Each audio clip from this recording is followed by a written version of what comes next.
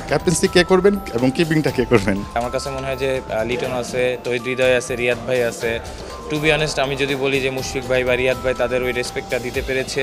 যখন রিয়াদ ভাইয়ের কথা হচ্ছিল আমার কাছে মনে হচ্ছিল আমি অনেক বেশি ইন্সপায়ারিং ছিলাম, কারণ তার সাথে একসাথে খেলতে পারবো এটা আমার কাছে মনে হয় যে অনেক বড় পাওয়া। ছিলেন বাংলাদেশ দলের সঙ্গে ঠিক বিপিএল অকশনে রংপুর রাইডার্সের সঙ্গে থাকার জন্য চলে এসেছেন ঢাকাতে। অল্প কিছুক্ষণ পরই ফ্লাইট, তাড়াহুড়োর মধ্যে আছেন। রংপুর রাইডার্সের অকশনে ছিলেন। সোফার দলটা কেমন মনে হয়েছে? মাহমুদুল্লাহ রিয়াদকে নিয়েছেন, লিটন কুমার দাসকে নিয়েছেন, তাওহিদ হৃদয়কে নিয়েছেন, আগে তো মুস্তাফিজ আপনি ছিলেনই। না, আলহামদুলিল্লাহ আমার কাছে মনে হয় যে যেভাবে আমরা চেয়েছি সেভাবে টিমটা করতে পেরেছি। এবং টু বি অনেস্ট বলতে যেটা বলতে চাই যে রংপুর টিম ম্যানেজমেন্টের একটা অনেক প্যাশন যে তারা বিপিএলের ফাইনাল খেলতে চায়। অবভিয়াসলি আমার কাছে মনে হয় যে এটা আমাদের জন্য একটা বড় চ্যালেঞ্জ, এবং সবাই যাতে আমরা মাঠে ভালো পারফর্ম করতে পারি এটাই আল্লাহ ভরসা, ইনশাল্লাহ এটার উপরেই আমরা এখন ফোকাস। সোফার তো মনে হচ্ছে যে রংপুর রাইডার্স সবচেয়ে শক্তিশালী দল। আপনার কাছে কি মনে হচ্ছে এখন পর্যন্ত অকশনের টেবিলে আপনাদের চাইতে আর কাদেরকে মনে হলো যে একটু হার্ড দল বানিয়েছে? আমার কাছে মনে হয় যে দেখেন যারা যে টিমগুলো আছে সবগুলোই ওয়েল ব্যালেন্স টিম, বাট আমার কাছে মনে হয় যে মাঠে যারা আসলে ভালো পারফর্ম করতে পারবে তারাই আসলে টুর্নামেন্ট শেষে ফাইনাল খেলবে। অবভিয়াসলি যেটা বললাম আমাদের লক্ষ্যও যাতে মাঠে আমরা ভালো পারফর্ম করতে পারি এবং অবভিয়াসলি ফাইনাল খেলতে পারি। একটা প্রশ্ন কিন্তু আসবেই, আপনি কিপিং করছেন, আপনি রংপুর রাইডার্সের ক্যাপ্টেন, পাশাপাশি এখন টি-20 ন্যাশনালের ক্যাপ্টেন যিনি আছেন লিটন কুমার দাস, তিনিও কিপিং করছেন, ক্যাপ্টেন্সি করছেন।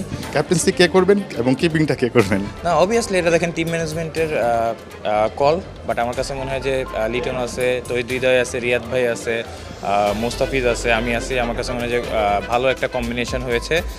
সো আমাদের যেই আসলে মাঠে থাকবে ওইভাবে তার জন্য মাঠ চালানোটা অনেক ইজি হবে। রিয়াদ ভাইকে নিয়ে লাস্ট মুহূর্তে আমরা দেখলাম রংপুর রাইডার্স দারুণ একটা ব্যাপার করেছে, তাকে সম্মান জানিয়ে আসলে যে ক্যাটাগরিতে ছিল সেই ক্যাটাগরি থেকে নিয়েছে।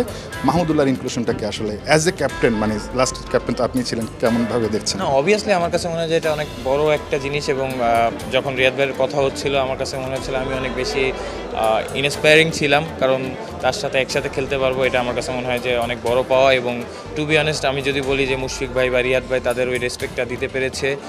Obviously at the same time রংপুরের সাথে রাজশাহীকেও ধন্যবাদ জানাতে চাই যে তারা এই রেসপেক্টটা দিয়েছে, এবং আমার কাছে মনে হয় যে তারা এর থেকে আরও বেশি রেসপেক্ট ডিজার্ভ করে।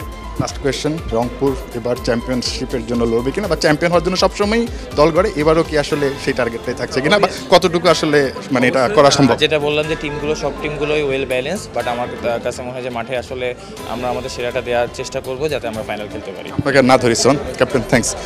নুরুল হাসান সোহানের সঙ্গে কথা বলছিলাম, দেখতেই পাচ্ছেন মিডিয়ার সবার আসলে অনেক আগ্রহ নুরুল হাসান সোহানকে ঘিরে। চিটাগং থেকে এসেছেন তিনি, ইন্টারন্যাশনাল যে সিরিজটা চলছে আয়ারল্যান্ডের বিপক্ষে সেই ইন্টারন্যাশনাল সিরিজটায় খেলছেন। সো যেহেতু এসেছেন আবার চলে যাচ্ছেন, এই জায়গাটায় তার একটা তাড়াহুড়া থাকবে, এটাই স্বাভাবিক। তারপরও নিলামের টেবিলে ছিলেন, দলটা যাতে শক্তিশালী হয় অ্যাজ এ ক্যাপ্টেন সেটাই চেষ্টা করেছেন। যদিও ক্যাপ্টেন্সি নিয়ে বলেছেন মানে লিটন দাস ক্যাপ্টেন্সি করবেন নাকি তিনি করবেন নাকি সিনিয়র মাহমুদুল্লাহ রিয়াদ করবেন, এটা নিয়ে এখনও ডিসিশন নেওয়ার বাকি আছে। সেটা হয়তো বা যারা টিম ম্যানেজমেন্ট আছে রংপুর রাইডার্সে তারা জানিয়ে দেবে। নাহিয়ান বিন জাসিম, ৭১ ঢাকা।